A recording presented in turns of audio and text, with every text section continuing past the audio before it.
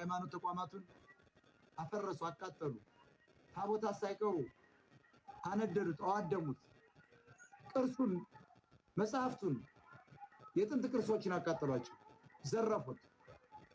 ለምሳሌ የአማራ ገበሬ ጤፍ ምርት ወደ ውጭ ሀገር አይላክም፣ በዶላር አይሸጥም።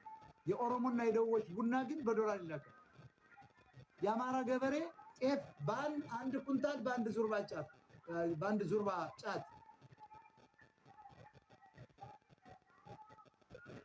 ዙርባ ጫት እግዚአብሔር ያሳያችሁ። ጤፍን ለመዝራት 365 ቀን አንድ ዓመት ይፈጃል።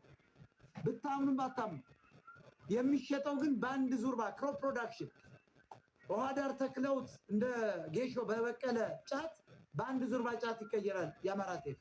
የኦሮሞች ቡናስ የደቡቦች ቡናስ በቢሊዮን ዳላር ይቀየራል። የኦሮሞ ገበሬ በትራክተር ያርሳል። ሰፊ መሬት ይዞ ለም መሬት ይዞ አማራን ያባራል።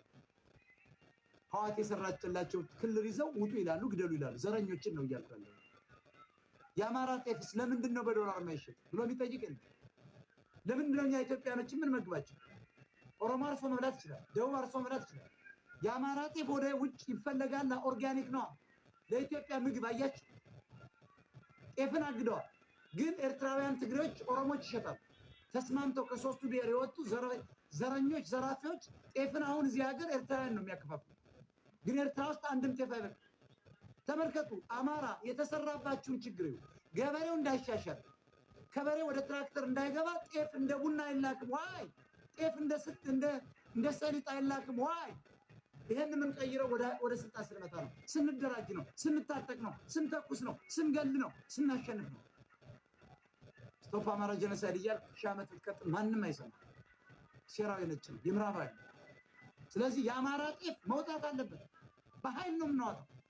የአማራ ገበሬ መኪና ሊኖረው ይገባል። በመኪና መሄድ አለበት። ቤት ውስጥ ሲሚንቶ መቀየር አለበት። ውሃ፣ ንጹህ ውሃ በራፉ ላይ ይገባለታል።